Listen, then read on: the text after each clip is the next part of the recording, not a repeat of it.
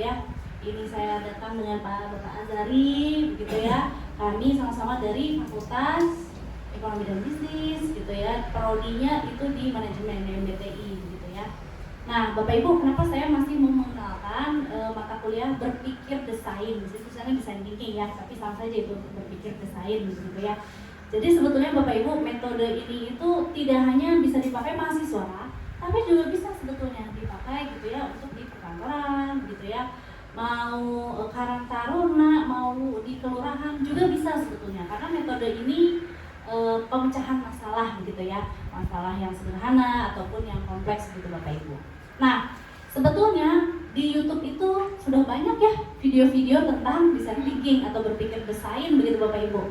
Jadi mungkin Bapak Ibu bertanya-tanya, apa bedanya begitu ya, dan di luaran juga bisa gitu. Nah, kalau khusus untuk mahasiswa MBTI, lulusannya akan berbeda karena dia ada ya praktek ini gitu, desa ke masyarakat, jadi langsung diterapkan gitu ya. Kalau cuma teori aja sama aja sama yang di luaran, belajar dari video gitu ya. Jadi ini dia langsung turun ke lapangan gitu, seperti itu Bapak Ibu. Jadi dia gak cuma mereka itu gak cuma teori saja, tapi sudah tahu prakteknya gitu ya. Karena nanti sudah lulus ya, tadi saya sempat diskusi juga gitu ya,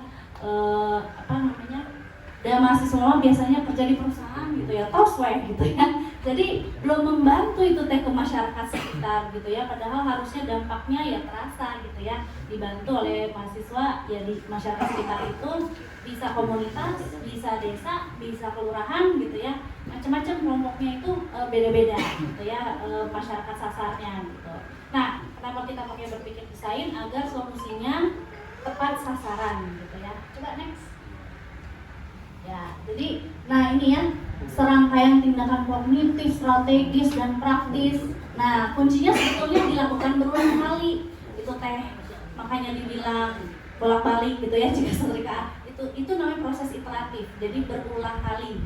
Jadi dia memang harus wawancara gitu ya, testing gitu ya. Memang harus bertanya, kenapa? Karena kita mau solusinya tepat sasaran gitu ya. Memang dibutuhkan gitu. Jadi nah ini memastikan gitu ya. Jadi bahwa memang betul ini yang dibutuhkan, ini sudah ada solusinya dan tentunya terpakai.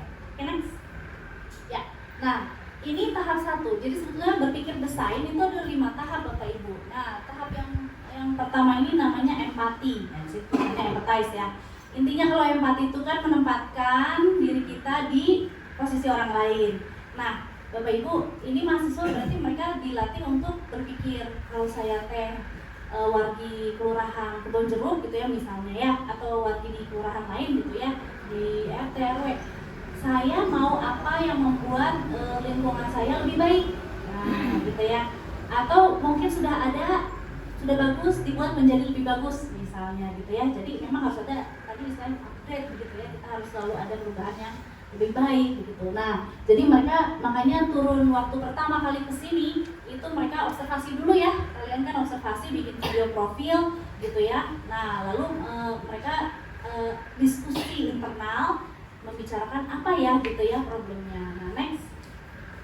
Nah, define atau mendefinisikan masalah. Nah, itu teh dapat sesudah wawancara gitu ya. Mungkin dengan Pak Din sudah gitu ya. Lalu dengan perangkatnya yang lain itu mungkin sudah, makanya muncul mereka waktu presentasi tengah semesternya itu sudah tahu masyarakat sasarnya itu masalahnya ini gitu ya. Jadi kalau di sini mungkin butuh wadahnya gitu ya secara digital, makanya dibuatlah web ini gitu ya. Ini dibilang berpusat pada manusia, makanya memang ya itu tadi banyak komunikasi, wawancara seperti itu ya, lalu diamati gitu ya, observasi seperti itu. Nah, ideate atau ideasi ini mereka sudah dapat masalahnya. Masalah itu kan banyak sekali ya Bu ya. Justru yang mana nih gitu ya yang mau kita selesaikan begitu ya. Jadi mereka sudah, kalau kita menyebutnya brainstorming, tapi itu dikenal dengan diskusi internal sebetulnya. Jadi masalahnya kita mau fokus ke yang mana gitu. Ada sampah, ada juga tentang digitalisasi, lalu macam-macam gitu ya. Nah, solusi juga banyak Bapak Ibu gitu ya. Masalah A, solusi bisa B, C, D gitu ya. Banyak. Maka dari itu mereka prosesnya di sini yang penting mereka harus bisa fokus gitu, pada akhirnya nanti memilih satu solusi yang syukur-syukur kalau bisa memecahkan beberapa masalah gitu ya. Karena ini karena memang wadah digital ini, web ini kan memang bisa ya, tidak hanya informatif, sebetulnya nanti itu bisa ada interaksi seperti itu ya. Oke, next. Nah, oleh karena itu tahap berikutnya itu prototype atau prototipe. Nah, jadi sudah keluar nih solusi apa ya, problem, solusi. Nah, lalu ada perwujudan gitu ya, perwujudan fisik. Kalau mungkin yang membuat solusi packaging gitu ya dibikin gitu ya, pengemasan produk misalnya. Kalau ini web, jadi memang didesainnya seperti itu ya, karena kan virtual gitu ya. Kalau digital ya kita tidak butuh fisik. Tapi itu harus ada si prototipe ini. Kenapa? Karena nanti yang mau dites gitu ya. Nah, jadi itu kemarin kita define itu di Maret ya, sekitaran Maret gitu ya. Jadi mungkin Bapak Ibu nggak kerasa ini teh tugas 1 semester begitu ya, berjalan gitu 6 bulan. Mereka bolak-balik teh gitu ya. Jadi sudah diajukan gitu ya. Jadi setuju atau tidak, problemnya seperti ini gitu kan ya, solusinya seperti ini, setuju atau tidak, itu kan sudah dikomunikasikan gitu ya dengan Kak Dini dan juga perangkatnya begitu. Jadi memang banyak komunikasi di sini seperti itu.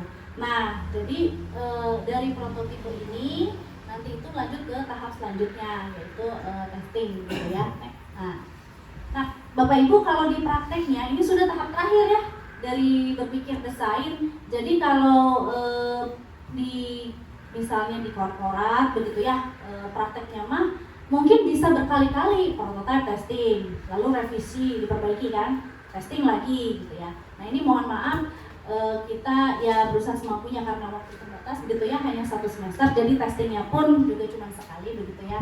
Jadi sesudah prototipe, lalu kemudian ini testing, barangkali Bapak Ibu ada yang pernah diminta untuk coba-coba gitu ya, pencet-pencet gitu ya, keluarnya apa gitu ya.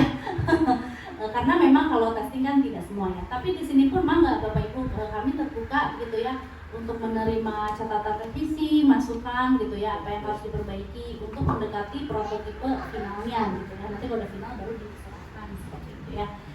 Jadi ini mungkin sudah ke tahap mau ke penyempurnaan seperti itu ya, ke prototipe finalnya seperti itu Bapak Ibu. Nah lalu ini next.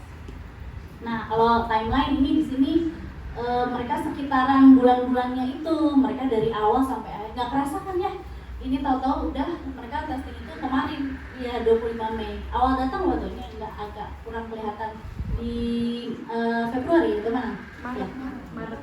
Oh di Maret, oke. Terus lalu, nah ini kelihatan yang 26 Maret, lalu April ya, ini Mei, di Mei dia udah prototipe sebenarnya cepat ya. Lalu testingnya, nah ditutup dengan sosialisasi seperti itu Bu, karena memang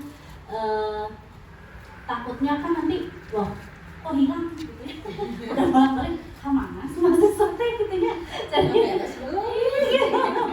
antos sih gitu ya. Nah itu, jadi sebetulnya ini istilahnya kita menyatakan bahwa ini sudah selesai begitu ya prosesnya, dan nanti akan ada ditunjukkan nanti oleh mahasiswa juga dari prototipe atau prototipe dari si webnya seperti itu. Mudah-mudahan ya Bapak Ibu ya, ini berguna tidak hanya untuk Bapak Ibu. Kalau saya untuk mahasiswa, saya ini ekspektasi ya Bapak Ibu ya, sebab kalau mereka baca buku hanya seminggu ingetnya.